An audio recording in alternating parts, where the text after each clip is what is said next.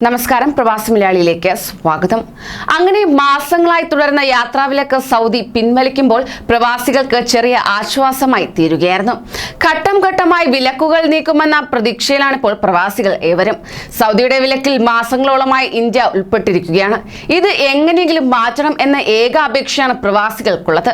എന്നിരുന്നാൽ തന്നെയും നിബന്ധനകളോടെ വിലക്ക് നീക്കിയതിന് പിന്നാലെ മറ്റൊരു നേട്ടം കൈവരിച്ചിരിക്കുകയാണ് സൗദി. കര, വ്യോമ, വായു വിലക്കുകൾ നീക്കിയ മെയ് 17 അർദ്ധരാത്രി മുതലുള്ള 36 മണിക്കൂറിനിടയിൽ പുരുഷന്മാരും സ്ത്രീകളും ഉൾപ്പെടെ 18,680 പേർ സൗദിയിൽ നിന്ന് പുറത്തേക്ക് യാത്ര ചെയ്തതായി കണക്കുകൾ. ആദ്യ 24 മണിക്കൂറിനകം 10,450 പേർ വിദേശ യാത്ര നടത്തിയതായും സൗദി ആഭ്യന്തര മന്ത്രാലയം അറിയിക്കുകയുണ്ടായി. ഇവരിൽ ഏറ്റവും കൂടുതൽ പേർ പോയത് UAE-യിലേക്കാണ്. പിന്നാലെ ഈജിപ്ത്, ഖത്തർ, US, ബ്രിട്ടൻ എന്നിവിടങ്ങളിലേക്കും കൂടുതൽ പേർ യാത്ര ചെയ്തതായി റിപ്പോർട്ട്. കര അതിർത്തി വഴി 5,717 സ്വദേശികളാണ് അയൽ രാജ്യങ്ങളിലേക്ക് യാത്ര ചെയ്തിരിക്കുന്നത്. ഇവരിൽ ഏറ്റവും കൂടുതൽ പേർ പോയത് ബഹ്റൈനിലേക്കായിരുന്നു.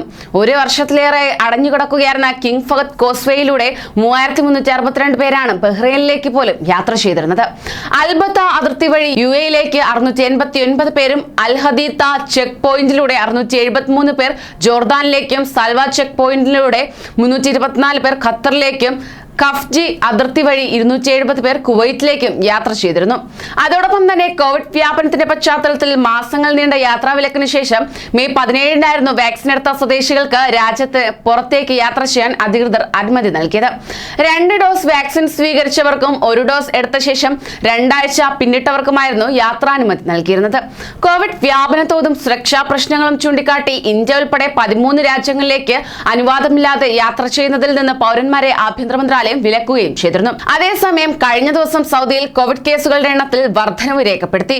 1,330 പേർക്കാണ് പുതുതായി രോഗം ബാധിച്ചത്. രോഗമുക്തരുടെ എണ്ണവും ഉയർന്നു. ചികിത്സയിൽ കഴിഞ്ഞവരിൽ 1,055 പേരാണ് കഴിഞ്ഞ 24 മണിക്കൂറിനിടെ സുഖം പ്രാപിച്ചത്. രാജ്യത്ത് വിവിധ ഭാഗങ്ങളിലായി 13 മരണങ്ങൾ റിപ്പോർട്ട് ചെയ്തു. രാജ്യത്ത് ഇതുവരെ 4,37,569 കോവിഡ് കേസുകളാണ് റിപ്പോർട്ട് ചെയ്തത്.